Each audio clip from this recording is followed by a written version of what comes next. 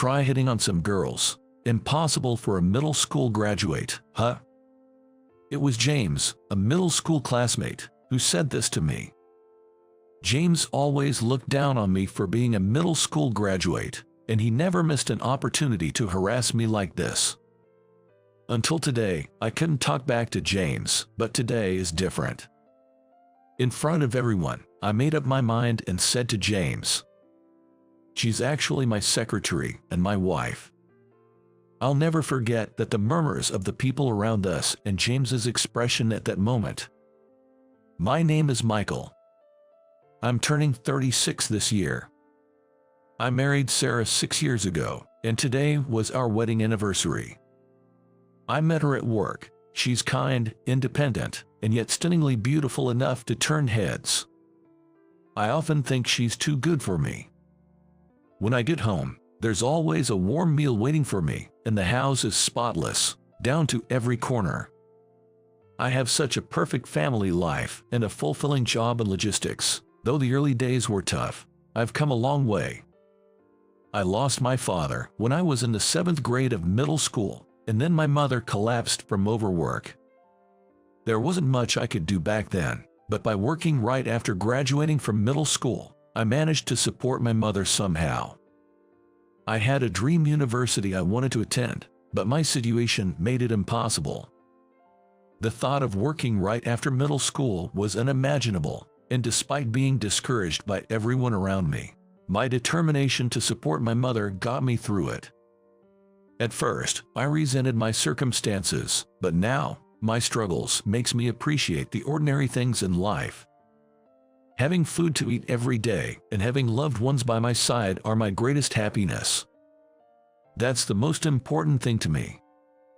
Yet, in our society, not everyone feels this way. There are people who can't see the happiness in front of them and try to find their own happiness by looking down on others. A typical example was James, my middle school classmate. James was essentially considered a leader of our class, fearless during our middle school days. Not only by classmates but also by seniors, he was held in high regard. However, this recognition seemed to get to his head, turning him into a rather unpleasant person over time. He would loudly mock anyone who made a mistake and would barrage those who displeased him with verbal abuse, subjecting them to various forms of harassment. Luckily, I was a rather inconspicuous student, so I managed to avoid becoming a target of his harassment and lived peacefully throughout my 3 years of middle school. However, everything changed after graduation. Since I started working right after middle school and didn't have much free time to hang out with my classmates, I really wanted to attend the reunion. It was the only chance I had to interact with people of my age, and I wanted to catch up with my friends. 24 years after graduating from middle school, the reunion was organized. It was meant to be a gathering of my 8th grade class. Because I was in the same class as James for 3 years, he was also expected to attend. I naively thought that most of us are college students or working adults by now, so James would have matured too. On the day of the reunion, I arrived at the venue earlier than everyone else. While waiting for the others, I saw a man waving from a distance as he approached. "Hey, long time no see." The one waving was James. Since our middle school days, James had grown significantly taller. He has a slender body like a model. He was also wearing a suit and he looked very intelligent. "Wow, it's been a while. How have you been?" Of course, it seems like I'm the first one here. Although we weren't close in middle school, the reunion sparked conversations about the old days. Despite my previous feelings, talking to James as an adult made me reconsider maybe he wasn't such a bad guy after all. As we chatted, more and more classmates began to arrive. As we entered the restaurant reserved by the organizer, everyone started drinking at the signal for a toast. The reunion took place in a fairly spacious place with private rooms, allowing everyone to stand up and chat with various people. I was also catching up with classmates I hadn't seen in a while, but gradually the atmosphere turned to reminiscing about old time. By the way, Michael, what were you doing after graduating from middle school? Oh, I started working right after graduation. So, you're a middle school graduate. Actually, this wasn't the first reunion for our 8th grade class, but it was my first time attending. Therefore, almost no one knew what I had been up to since graduating from middle school. And the moment I mentioned I was a middle school graduate, James looked at me with a smirk. Being a middle school graduate is pretty bad, isn't it? We live in an era where educational background is highly valued. In contrast, I went to college and now work as a lawyer. James said it while showing off the badge pin to his suit. I had heard rumors. James had gone straight to a prestigious university and become a lawyer. Lawyers can easily get women, you know. When I go to a group dating, I'm unstoppable. I'm thinking maybe I could take someone home tonight if there's a chance. Even though we've had a few drinks, this isn't the kind of thing you talk about loudly. Yet, James seems not to care about those around him at all, speaking loudly enough for others to hear. I see. That was all I could respond with. What's with that response? With that attitude, you won't be popular. I mean, being a middle school graduate, you can't be popular anyway. Whether I'm popular or not is beside the point. I'm married, actually. Then I showed off the ring on my left ring finger. Seriously, you can get married even as a middle school graduate. What kind of person did you marry? Someone much older than you, like your parents? James seemed displeased that I was married and started prying into details about my partner. However, since I don't really enjoy talking about my wife, I was just tuning out James's questions when he started saying this. You're not really married, are you? I'm married. I'm wearing the ring, aren't I? Maybe you're just wearing it for show. He seemed determined to believe I couldn't possibly be popular. I didn't mind him thinking that, but honestly, I wished he would stop bothering me. James seemed to want to talk about himself, not letting others get a word in, and gradually, our classmates moved to other seats, away from him. Being a lawyer is tough, you know. Every day I'm swamped with paperwork and defending clients. I haven't handled a big case yet, but I'm sure my time will come. He boasted about his achievements and efforts. All he talked about were his own achievements and efforts, nothing but what could only be seen as bragging. By this point, the reunion was winding down, and everyone seemed to be pleasantly buzzed. James was probably drunker than anyone else in the room, as he had had plenty of beer and wine. He seemed bored with talking to me and moved on to about our other classmates, who appeared quite annoyed by him. As the reunion came to an end, and we were all too tipsy to notice much, we left the restaurant. I followed my classmates out of the restaurant, and there was a car parked in front of the store. It was a large car, the kind that's referred to as a luxury vehicle, and it was drawing the attention of all my classmates. Wow, that car is amazing. Definitely a luxury car. What kind of job do you need to have to drive something like that? Then, the car door opened, and a woman stepped out. The woman had slender legs peeking out from her skirt, and long hair that flowed down to her waist, fluttering in the wind. The moment she stepped out of the car and took off her sunglasses, she revealed striking eyes that commanded the attention of everyone present. A truly beautiful woman. Whoa, that beautiful lady. I've never seen someone so gorgeous before.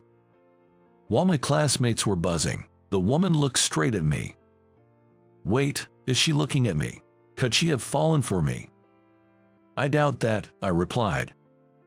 Don't be a buzzkill, and you, try hitting on her.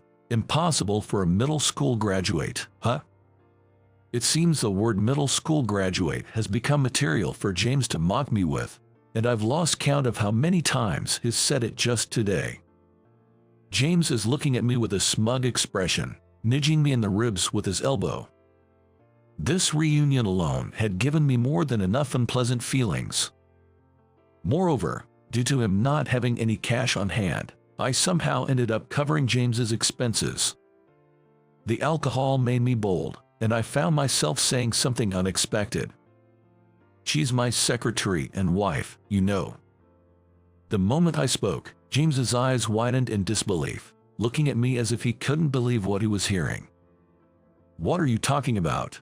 That joke isn't funny at all. There's no way someone like you could have any connection with such a beautiful woman. If you think it's a lie, you can ask her yourself." "Humph. Instead of that, I'll go and hit on her. Just watch, I'll definitely succeed." Ignoring my words completely, James walked towards the woman.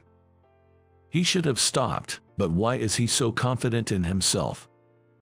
Thinking James was foolish, I decided to watch how things would unfold.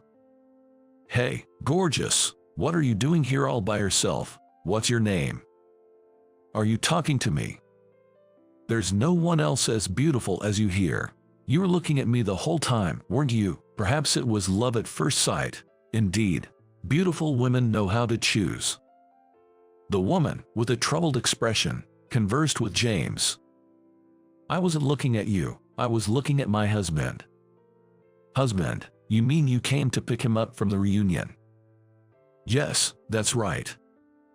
It seemed James was becoming a nuisance, and the woman's responses gradually became more curt. Feeling sorry for her, I decided to intervene. "Sarah, thanks for picking me up." James turned around to look at me, then back at the woman, his confusion evident. "What do you mean, Sarah? Explain this." "Like I said earlier, she's my secretary and wife." "Your wife, and she's also your secretary?" James's face said he couldn't understand, which wasn't surprising.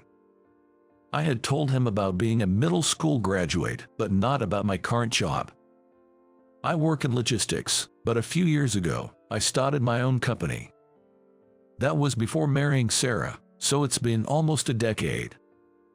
At that time, I was only 26, when most people were just getting accustomed to their jobs.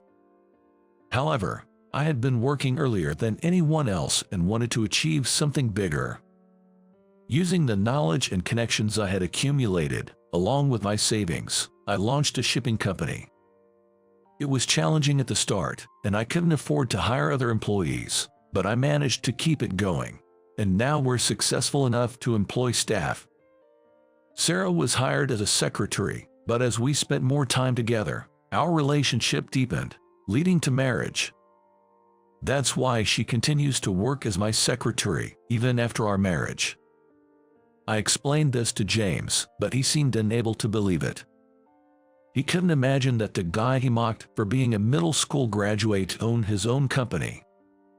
And he must not be able to imagine that the beautiful woman that everyone looks back at was my wife. "Come on, if you knew I was in trouble, you should have come to my rescue sooner." Sorry, I just wanted to tease a bit. Shall we go now?" With that, Sarah and I got into the car. While James and the classmates looked on in astonishment, I waved goodbye. On the way home, I told Sarah about everything that happened at the reunion, and it seems she already dislikes James. "What's with that guy? Behaving too close and familiar for someone I just met. Was he always like that?" "Yeah, he hasn't changed much from back then." "Well, I'm glad you're not friends with someone like that." Sarah doesn't like people who are too close or overly familiar, like James. Feeling guilty for not helping her sooner, I bought her favorite cake on the way home. When we got home, I was bombarded with messages from classmates asking about what happened, keeping me busy with replies. James also sent a message demanding an explanation, but I had nothing more to say and preferred not to talk to him, so I ignored it. And so, the busy days continue. Rather than saying the reunion was fun, I was a bit worn out from James's constant snide remarks. However, if there's another reunion, I'm sure I'd attend. But with work being so busy, I almost started to forget about the reunion altogether. A year had passed since the reunion, and finally, I could take a breather, leading to discussions about going on a trip with Sarah. Since founding the company, Taking a long break had been impossible, likely leaving Sarah feeling lonely. The company had grown to the point where it could operate without me, employing about 20 staff members. It's been a while since we've gone on a trip. I'm so excited. There are so many places I want to go, it's hard to choose. Since we took about a week off, we could go anywhere, which made choosing a destination difficult due to the abundance of options. Eventually, we decided on Mexico, as per Sarah's request. We carefully selected the places we wanted to visit and decided to prepare thoroughly. Since both Sarah and I tend to forget things easily, neglecting to prepare in advance would lead to trouble later. Today, while checking for any forgotten items, I realized I didn't have a case for my contact lenses. Though cases can be bought at stores at the destination, a non-disposable case seemed more practical for a long stay, prompting me to rush to a nearby store. That store has everything, and I thought of buying a sleep mask for the plane ride. As I was thinking about this, I quickly arrived at the store. Upon entering, I found it bustling with people and shelves lined with a wide variety of products. Overwhelmed by the selection, I couldn't find what I was looking for and decided to ask an employee, searching the store. After much effort, I finally found an employee and called out to them, only to be shocked when I saw the person's face. Because it was James. I can't seem to find what I'm looking for. Could you help me, please? Sure, what are you looking for? James turned around, surprised upon hearing my voice. James, is that you? Well, you see. Realizing it was me, James looked around nervously, blinking repeatedly. He was supposed to be a lawyer. Why was he here? I forgot what I came to buy, pondering this. James seemed to be thinking hard about something, scratching his head and trying to say something to me. To break the awkward silence, I asked, "Weren't you supposed to be a lawyer?"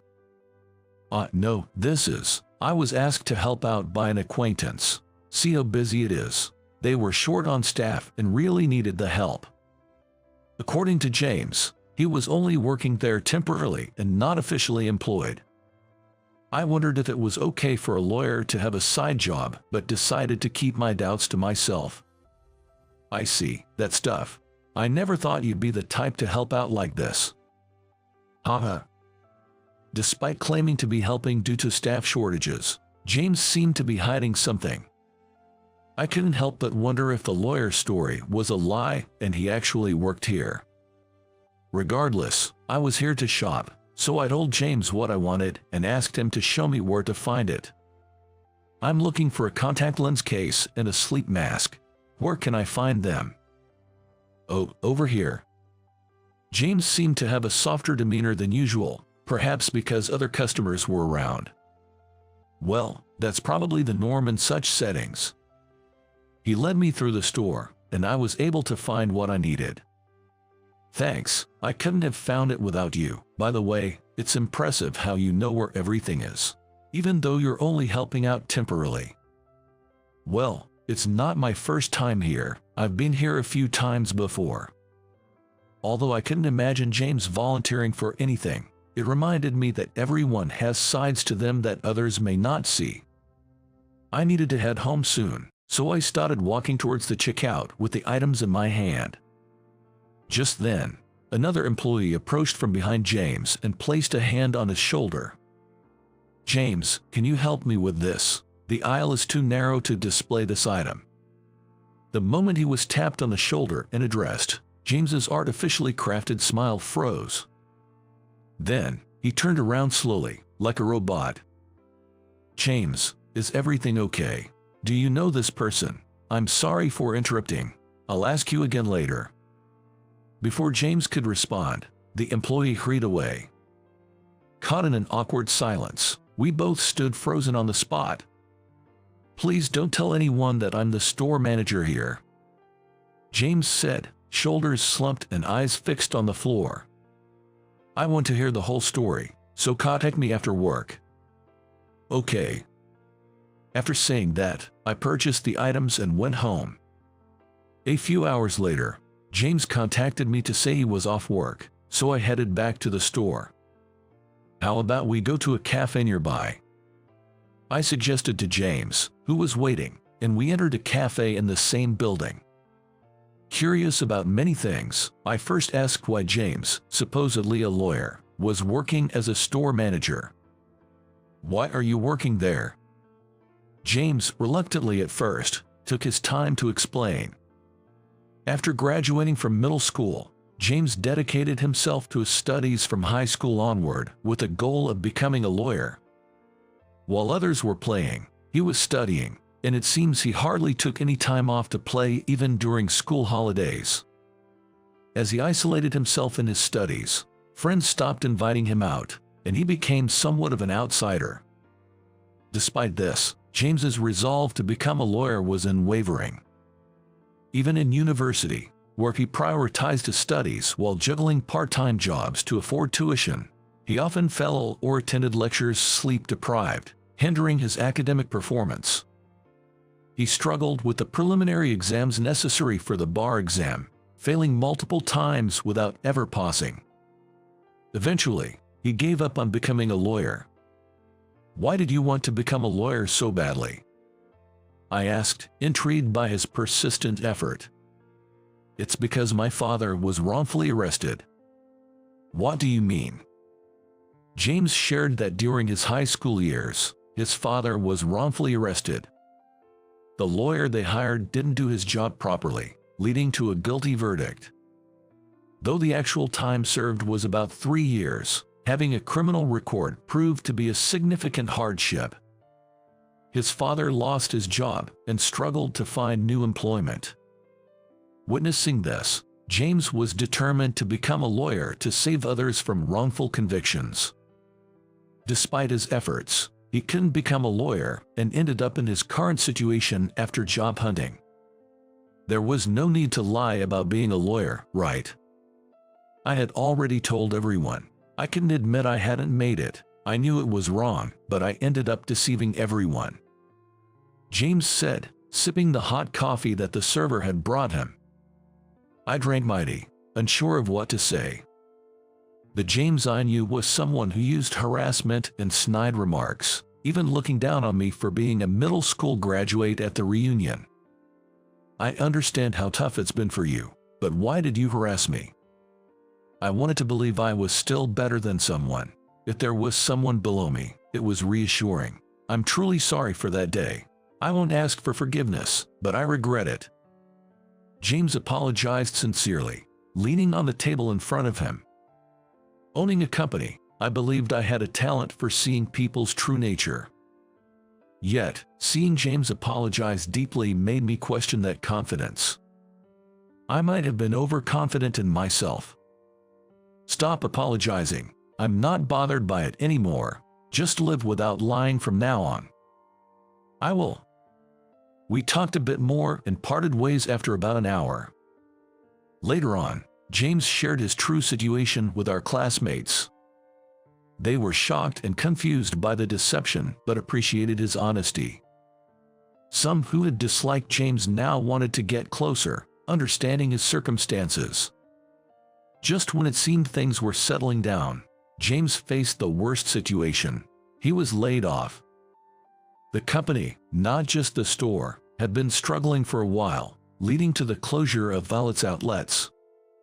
Caught off guard, James hadn't been job hunting and was now unemployed, with a pregnant wife to support. Unable to stand by, I decided to call James out for a talk. Hey, what are you planning to do from now on? You're going to have a child, right? You need to find a job quickly, don't you? I know that better than anyone, but no one will hire me. I have no idea what's wrong. I just can't do it anymore. James, once the center of attention, now couldn't lift his gaze, shoulders slumped in defeat. I decided to make him a proposal. How about you try taking the bar exam again? Don't be ridiculous. It's impossible now. It costs money to take the exam, and I've forgotten everything I studied. I'll support you until you get your qualification. How about that? Even I wasn't sure what I was saying, and I imagine James found it even more incomprehensible. Up to now, I have been focused solely on myself, never really helping anyone else. However, after learning about James's situation in detail, I felt I had discovered something I was lacking. At 26, I had started my own company and became somewhat arrogant as I began employing staff, but there were times when contracts fell through or we struggled to secure a project. I tried to find a cause but could never pinpoint it, leaving me frustrated. Sarah probably knew the reason, but I wanted to realize it on my own and thus didn't seek her advice. From James's situation, I learned I was lacking kindness.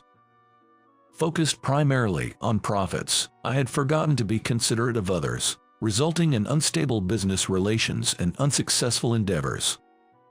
I realized something thanks to you. You can do more, James. With a chance right in front of you, is it okay to give up here? After pondering for a while with his head in his hands, James finally muttered softly, "All right, I'll give it another try."